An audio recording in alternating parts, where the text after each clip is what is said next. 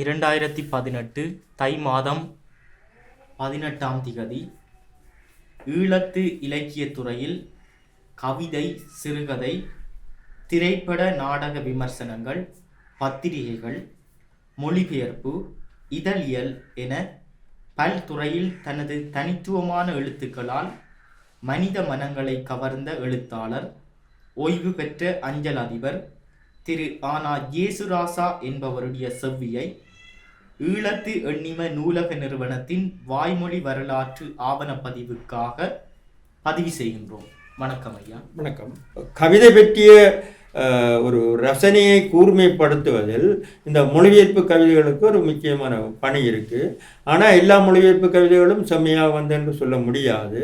நல்ல கவிஞர்கள் பலருடைய நல்ல கவிதைகள் பல மொழிபெயர்ப்பாளரின் குறைபாடுகளால் நல்ல கவிதைகளாக மாறாமல் போன துரதிர்ஷ்டமான நிலைமையும் நிறைய இருக்குது.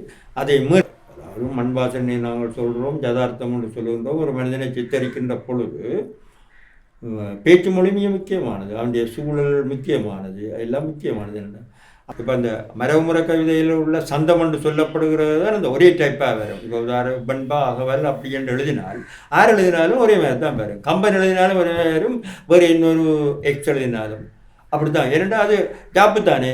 இந்த முறையில் சொற்களை போட்டால் அதுதான் வரும்.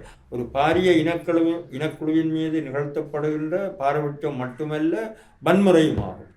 அதில் பெரிய அவலமும் துயரமும் மரணங்கள் எல்லாம் இருக்குது. இந்த விஷயங்கள் இலக்கியத்தில் எதிரொலிக்கப்படவில்லை, ஆங்காங்கே ஒரு சிலர். ஆனால் அவ்வாறு முயற்சியில் ஈடுபட்டவர்களையும் அந்த நேரத்தில் ஆதிக்கம் பெற்றவர்களாக இருந்த இந்த முற்போக்கு இலக்கிய அணியினர் பிற்போக்குவாதிகள், இனவாதிகள் என்ற மாதிரியாக பின்வதிக்கிறார்கள்.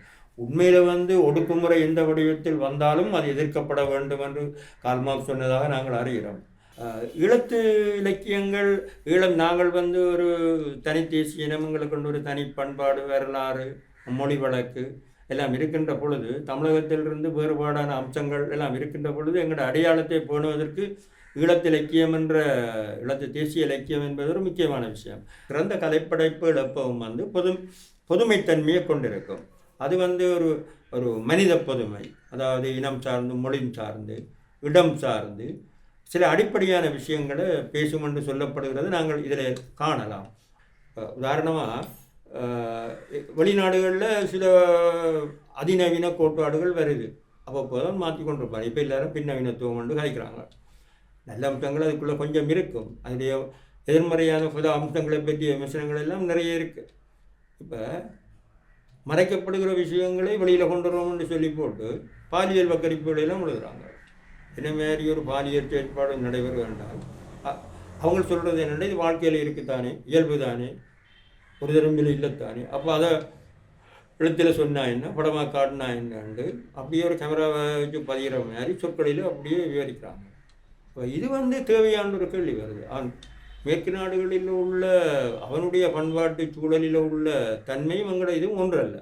இப்போ அங்கே வன்னியில் நிறைய நடைபெற்றிருக்கு. எங்களுக்கு இந்தியாவில் மூடுண்ட யாழ்ப்பாணத்துக்கு அது வர இல்லை. ஆனால் ஓரளவு யாழ்ப்பாணத்தில் இப்போ உதாரணமாக தாயை நோக்கிய பயணம் என்ற அந்த புத்தகம் எக்ஸோடஸ் என்று சொல்லப்படுகிற ஒரு உலக பிரசித்தி பெற்றார்.